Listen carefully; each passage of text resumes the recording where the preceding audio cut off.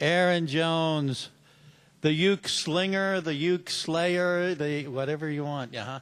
Pretty much. You know, my question tonight, have you been listening to a lot more blues lately? Oh, yeah. Okay. I've been paying attention to a lot more blues. Oh, is that right? Oh, yeah. Anyone specifically? I was listening, and the blues is coming through so much on both songs, really. I mean, I've listened to Lead Belly over the last couple of years. You say Noreen, Irene. Actually, that's actually a funny little story. Oh yeah, go for it. The way that song's basically written was, I'm back to being a courier in the hospital system again, which is, last time we talked, I was just starting to go back into the business again, and I was just at Latrobe's Pharmacy, and of course the pharmacy tech that was there was Noreen. That's what her name is, and I was walking away when the storeroom guys were behind me, and the first thing Ed said was, "Don't go, Noreen." He just wanted to get her attention, and I just started walking down the hall, and he's like, "Don't go, Noreen, I've got to talk to you," and it just worked. Okay, that'll do it. That'll do later, it. I had the lyrics right there. You sometimes find that during a work day, you're really busy, and stuff like that come to you. The whole thing will start working itself out. I've found that. You get some sort of routine going at work.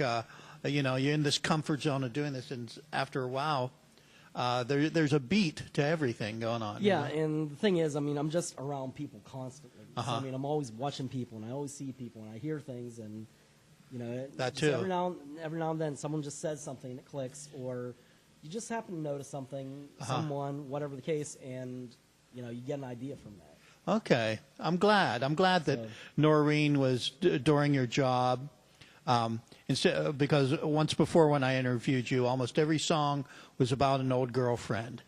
No, it wasn't so much an old You've girlfriend. been married long enough to not be writing songs about old girlfriends, No, it wasn't so much old girlfriends, just, I worked in the hospital environment back then too, and, what a lot of people don't know is the medical field is 90% female employed.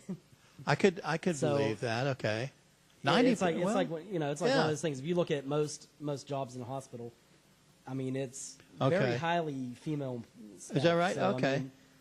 I never thought much about it, but I guess you're right. Yeah. So you probably hear more female conversation than anything else, and you're just slipping in and out. And just sometimes it's good fodder for ideas. Oh so. Yeah. Sometimes you just hear a whole conversation behind you, and it's lyrical. It's all there. It's real. Anyway, you've been more prolific lately, and have you been recording some new stuff at all? I haven't done much in the way of recording. I see a lot of. I've kind of stepped back a little bit. And, okay. I haven't put much up on YouTube. I've done a couple songs at the house, but that's about it. Okay. Yeah, you have a little recording. Yeah, I do have a small recorder that I can put something down demo wise, but You had something up. You linked with me that you were getting a lot of hits on. You know what I mean? What was that song? Was it Kiski Bridge? I think. Kiski Bridge did pretty well once I, put it out there for people to hear. What was that on? Reverb Yeah, Reverb Nation. Okay, all right. I know that I'd seen it up there. Anyway, where else have you been playing? You have anything coming up that you're doing? You want to plug here? Let's see what the. This is the end of February. This is the end of February. January, I played Ligonier Street Grub and Pub in Latrobe. Oh yeah. Did one show there.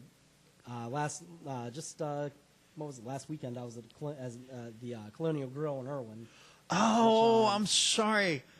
What night was that? I missed that. Saturday. Yeah, that's my hometown, Irwin. Yeah, and the grill I keep hearing is becoming more and more a venue. It seems to be catching on. Okay, good. To be down there. I have to check that out because I can't imagine a stage there, but. No, but actually they got this one wall in the tap room that if you're back there in the bar area, that half the wall is made out of coal. Oh yeah. It's on a brick wall, but it's a coal wall. It's a coal wall, and wow. It actually looks pretty cool whenever you're. That's wild. So. Yeah, I got to check it. People have told me that the Colonial Grill's changed. I'll have to check that out. As far as other stuff to plug, Joel will love me for this one, but I'm making actually 2 appearances here in March. Okay, good. Stack Entertainment has a show here that, I mean, it's mainly metal bands and punk bands, but I've been known to rip out a few punk covers and some alternative That's stuff. That's right, so. Yeah. And I'll be basically playing during setup in between bands there. So have you ever messed with the settings of the uke and got a metal sound out of that?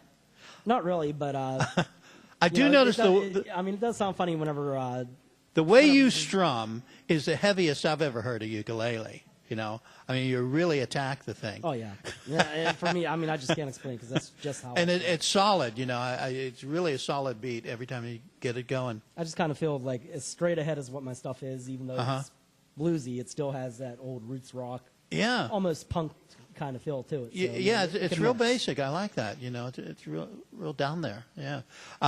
Your third song I read is called "Shakedown Street." Yeah, Shakedown Street. Is this based on a real incident in your life? No, it's not really anything autobiographical. Good. You know, for some reason, I was gonna say with this song, I just had kind of like that classic vision of like driving down the street, you know, good cool old title. rockabilly type music, white wall tires, you know, on a fancy car. And after I did my research, because I really wanted to find out, because I know I'm not the only guy that ever wrote a song called Shakedown Street. The Grateful Dead did it one time. Is there? Yeah, I was going to say it sounded familiar, but I wasn't sure. But I wanted to find out what I was really talking about whenever I put that in the song. So I did some research, and actually, if you go down Wilshire Boulevard in L.A., which is out toward the La Brea section, I know the area. That was actually referred to as the Miracle Mile at one time, and it was actually known at one time for like heavy drug activity. And the term Shakedown Street basically is a stretch of alleyway or roadway that's basically used for illegal activity. You know, that's the term I'd heard from before. That's why I said I'm glad it wasn't personal experience. So, yeah. Yeah, I mean, just story, but I just, you know, because the fact is my stuff's not known for being too negative. It's still a little bit of a song of redemption, but definitely coming out of a hard way to be. So. All right. So I mean, it's in the end, it's still a redemption song, but so there's nothing innocent. No Shakedown Street in Latrobe right now. No. So, according to some stories, there's some stuff that people don't see.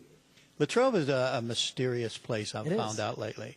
Very mysterious. It's sort of like Twin Peaks, David Lynch, you know. Yeah, I'm sure around the, you know, and I mean, I used to take like middle of the night walks just to get out in the summer whenever I've had nights off, stuff like that. And you see people sometimes entering buildings with keys in.